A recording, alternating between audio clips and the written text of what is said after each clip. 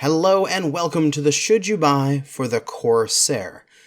This mech was announced at MechCon 2018, and since I was at the convention, this video is a day or two late, as, you know, I needed to get home first in order to get to my recording rig.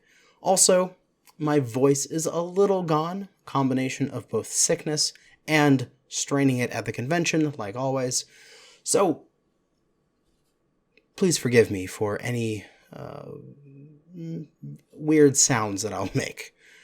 But let's get to it. So the Corsair is a 95-ton inner sphere assault. Exactly what I predicted that they would do in my MechCon predictions video. As they did inner sphere with the roughneck, and then Sunspider with the clans. They are both heavy. Assaults are the next best sellers, so I figured they'd go for that next. We have the different packages here, standard pricing for them, with standard pack being $20, which gives you 3 basic variants, 3 mech bays, 30 days active premium time, and the various cockpit items, titles, and badges. The collector's is $40, which gives you the 3 standard variants, as well as a Corsair 5R with the special camo pattern and 30% C-bill boost, mech bays to hold them all, 60 days of premium time, and more cockpit items and titles and badges. The hero, the Ravager, is an add-on for $15, and the reinforcements of the 5T and 7R are an add-on for $15 as well. So let's head on down to the mech specs and take a look at this one. It is 95 tons. It is inner sphere battle mech. We have a maximum engine rating of 345, which is oh so annoying. I would have loved it to be a 350, because then you could wrap off to that nearest heatsink slot, and therefore free up free up an additional slot from the mech itself to go into the engine, which would be those 3 slots from the double heatsink. So that would be useful, but oh well. 345 is what we have to work with. We have no jump jets on any of the variants, along with no ECM and no mask. So nothing special on these mechs. We're going to pop over to the spreadsheet warrior, and we are not on the right page because I didn't set it up. That's okay, we're doing it live. Battle mech, theory crafting, we have the Corsair. So let us zoom in and take a look at the possibilities here. Corsair, 95 tons. We have the 3 different engine types, and basically 3 different ratings I could see you putting on this. We have the 300, which is just sort of like a standard size to this. You don't really want to go that much smaller on a mech this large, as you're starting to get to Annihilator level speeds, which is just not fun. 51.2 without tweak, 55 with tweak. If you take Endo and Light Pharaoh, of course this is inner sphere, so Endo and Full Pharaoh is a lot more slots than the clan equivalent, so probably Light Pharaoh or No Pharaoh is going to be your choice in order to get enough available slots in order to do things properly and have a decent build. So 325 gets you to the 55.4 kph with the 59.6 after tweak, and the 345, which is the max rating, gets you to 58.8 without tweak and 63.2 with tweak. And for pod spaces, for those, there will be standard on a couple designs, as this mech does have side torso ballistics. You can do heavy Gauss and will require a standard engine for those. But I think most of the time you're going to take light engines. XLs are a little scary because this mech looks like it has some side torso issues. So we're not going to take any XLs on this. But you can get yourself 50 to 55, almost 60 tons of pod space if you take an XL. If you're taking a light, you're going to get yourself 45 to 50 tons to work with. And if you're taking a standard, you're getting yourself around 38 to 48 tons to work with. Moving back to the mech, the bonus of me not doing this on the day it comes out is it has actually been updated in the Nav Alpha Kill 2 Blitz Mech Lab, which is amazing because he does the mechs before they come out, where Smurfy only pulls them after they've come out. So we actually have mechs that are fully theory crafted here. We're going to get to those in a minute, but we're going to go back to the different variants. We're going to look at a variant, then we're going to go look at the theory crafted builds for it, and pop back and forth.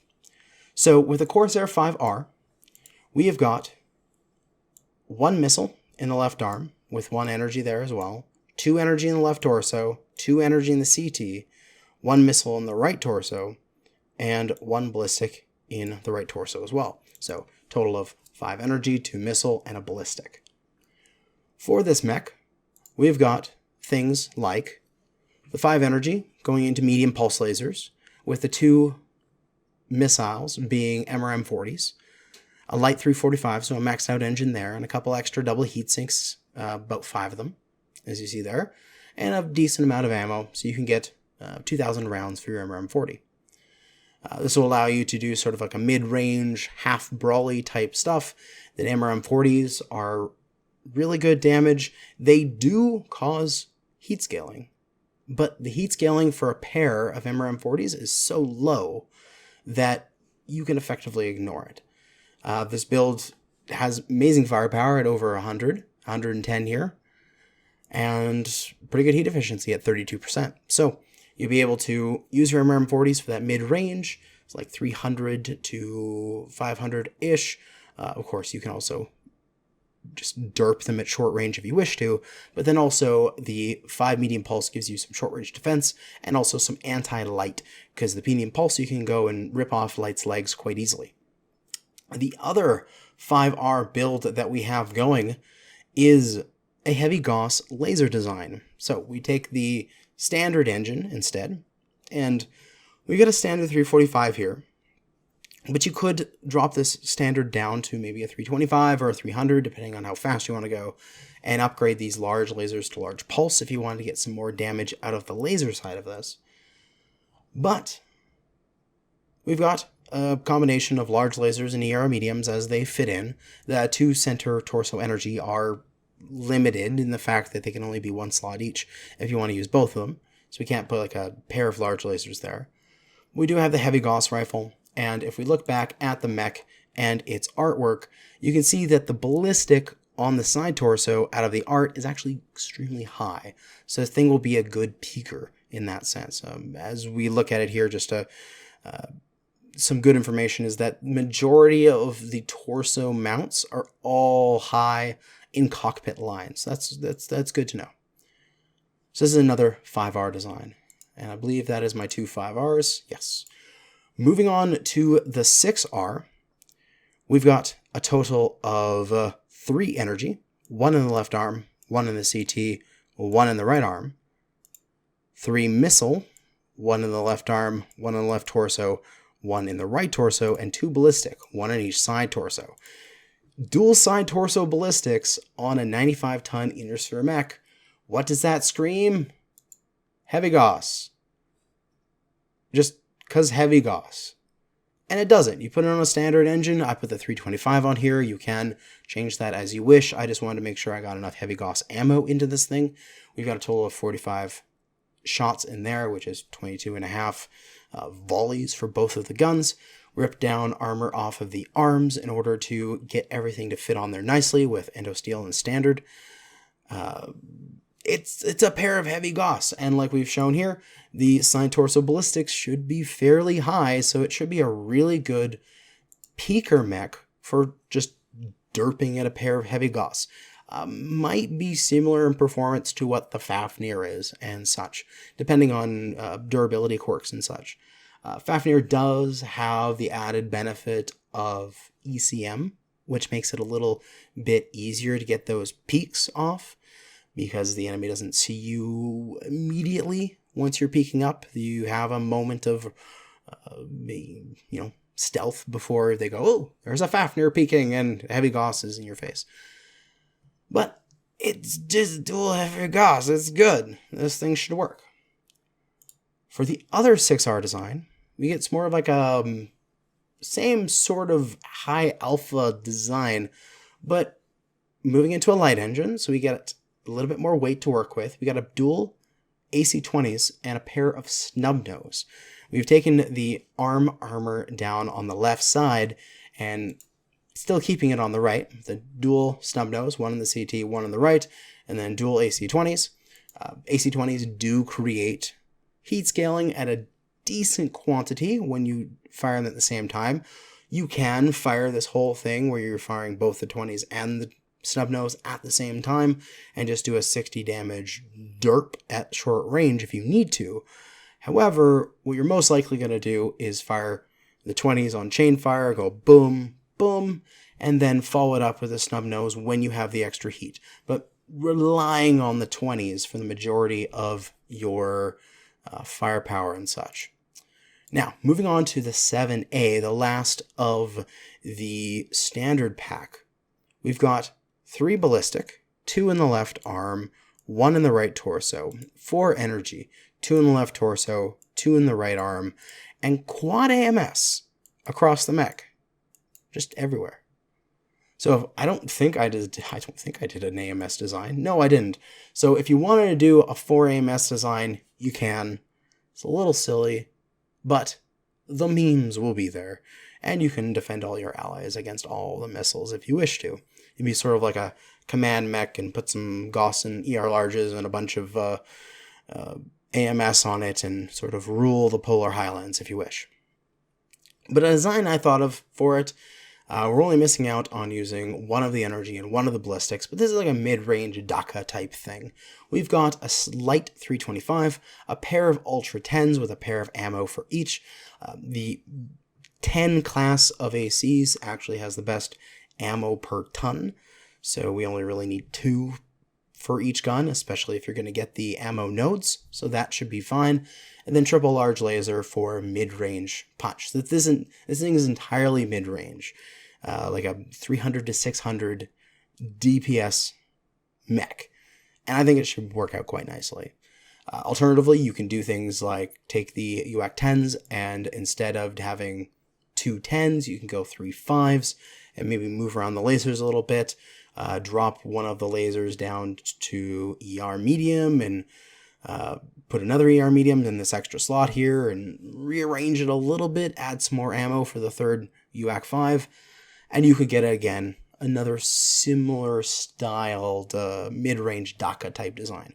But that is what I have here for the 7A.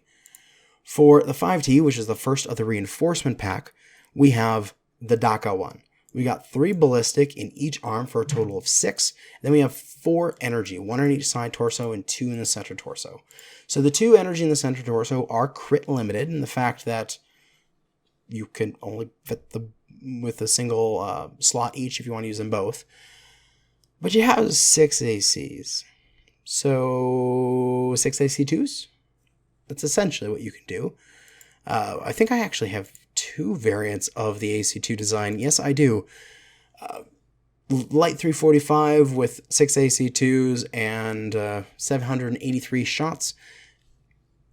It's still 783 shots. Even if you then need to go and get the ammo nodes, it still might be a little light for some matches where you can go through all of that ammo. So if you need to, you can go down to a light 325, you drop from full Pharaoh down to light Pharaoh, and you get up to 1,044 rounds before your ammo nodes, which probably more reasonable quantity of DACA if you want to go down this route. I mean, this is the memes for this one, right? 6 AC2s and just set up the macro and hold down the button and cackle, which I will probably try when this mech comes out.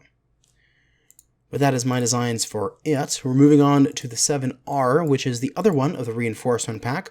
This one is all the missile. We've got 1 missile in the head, 1 in the left arm, 1 in the left torso, 2 in the center torso, for a total of 5. We got 1 ballistic in the right torso and 2 energy in the right arm. For this, I've got a couple designs. We've got the AC-20 and CERM-4 Brawler. So because the 2 missiles in the center torso and the head, because those are only one slot each, we can't do 6s and we can't do Artemis. We have to do standard 4s. So just to keep reload times and everything the same, I've just done 5 4s. You can, if you wish to, take these 2 4s and upgrade them to 6s with other cuts to the design. Maybe drop this engine down to something else. But this is even a standard engine here because I was just like running out of space before I ran out of tonnage with this mech. So I'm like, whatever. 5 SRM4s and a 20. It's very close to other Brawl designs like the 4 SRM6 AC20 Brawl Atlas, which is pretty good, not bad. I mean, its only downside is that it's a little slow to get into position, which will be the same sort of thing. This should perform similarly depending on its durability quirks if it gets any. But a brawler, nonetheless. I thought I had another design, but I guess I don't. You can also do, of course, MRMs on this, where you can just ignore the center torso and the head missiles and just do left torso, left arm, big MRM 40s, and then a ballistic, like an AC-20. You can do that as well. All those kind of designs work. You can do LRMs on this with a pair of LRM 20s and some sort of ballistic, and that can work as well. Next up is the Ravager, which is the hero. We have a total of 6 energy, 2 ballistic, 1 energy in the head, 1 in the left arm, 1 in the left torso, 1 in the center torso, and 2 in the right arm, with 2 ballistic, 1 in the left arm, and 1 in the right torso. So for this one, ER meds and Gauss rifles. This is kind of the like Death Strike type builds with a pair of Gauss and just a bunch of energy to back it up. It's got a pretty decent firepower at 60. It's good mid-range, the 300 to 600 area, with the Gauss is able to reach out a bit further into, say, the 700s. What is the range on a Gauss? 660, all right. But you can still reach out to like 700, 750, and not lose that much damage off of the Gauss rifles, and still be effective. Light 325, so you can lose the side torso and keep going. The Gauss rifle in the side torso is a little troublesome because it might explode and take this entire side off, but the left arm one is pretty safe. So that's a pretty good hero build. I believe that's my only build I mocked up on the hero. Bonus, which I'll throw it in here anyway because we're talking about the Corsair. Without even thinking about the Corsair, you're going to get a free one here if we go to the MechWarrior online website and we go into the holiday bonus. I'm probably going to make a separate video talking about this exactly, but since it's the should you buy for the Corsair and we're talking about the Corsair anyway, we can talk about the variant we're going to get when we do our holiday bonus. So if you log in on the 27th and you play one match and you score 50 points, which is basically don't be asleep, you're going to get the Corsair Hero Mech when the Corsair comes out. This guy has, we got a missile in the head, ballistic in left arm, ballistic in left torso, missile in the center torso, energy and missile in the right torso, and 2 energy in the right arm. That is also in here in the Mech TV. So we got the holiday bonus. Again, we can do some sort of brawl type thing. We've got 3 medium pulse lasers, 2 SRM6s, and an SRM4 with an AC-20 backup with a little bit of armor shave off the left arm and the max engine, so you can get that decent speed. Get up to 60 if you have some speed tweak on it. You've got the medium pulses to take out enemy light max legs if they're coming after you, and otherwise just you can put the SRM6s and 4s and 20 on a single click and just use it as your I'm close and I want to hit you hard button. So left click, 3 medium pulse to spam, and right click, derp damage sort of feeling. And then for the other holiday bonus, similar to the other Corsair that I did earlier, you can do the 2 UAC-10s, 3 large lasers design. It's the exact same thing as the one that I did earlier. Same mech, Well, it's a different variant, but same sort of design. This one can do it as well. Good mid-range firepower. So with that, we'll take a look at the Mech's concept art here. The design for this that was given to Alex Iglesias, as he is the mech drawing god, it's a pirate mech. It is essentially them going into a junkyard and having bits and pieces of a bunch of different mechs and then slapping it together to create this Franken mech that they can then go and do their piratey things with. Which is super flavorful and awesome because you have all this little art on it and you've got like the bulldozer blade in the front of it, and oh my god, it feels so imbalanced. Some people are like, oh my god, this thing looks like a hunk of junk, but I kind of feel like it's a lovable hunk of junk in that sense. Like we talked about earlier, a lot of the weapons on the torsos and the pod arm are extremely high compared to the cockpit and the rest of the mech. You really don't need to expose much of the mech at all, maybe only the top quarter, the top third of it, which would make peaking fairly good for it. It is very wide, which is where XL engines are being a no-no on this, as it looks like the side torsos would be pretty easy to pick off if you wanted to.